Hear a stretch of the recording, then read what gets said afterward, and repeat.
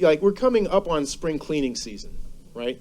Now, not everybody, there's individual variation on this, but in the room, who enjoys the at least in theory, the spring cleaning, right? Who likes a nice purge?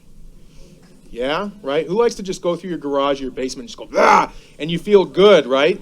Well, you are not hoarders. I'll tell you that right now. And if you didn't raise your hand, it doesn't mean you are. Just be careful now. I'm just waiting for the comments to... He said I was a hoarder. No. When you have hoarding disorder, letting go of things is painful. For many of us, it feels liberating, especially if that's something that we look at, we go, this is junk, I don't need it. My goodness, I could certainly use more space in my home. Boom, it's out, and we feel good about having done it. For a person with hoarding disorder, that same behavior almost feels like having your arms ripped off. In many cases, I mean, I've heard people say it feels like the worst thing that's ever happened to me.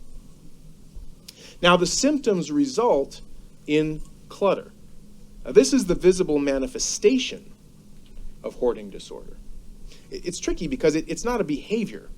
It's kind of odd. It's actually the only place in DSM-5 when you have a symptom of a mental disorder that has nothing to do with a behavior or a thought or an emotion. It has to do with a house. Only place in DSM-5 that you diagnose somebody based on a house. Nevertheless,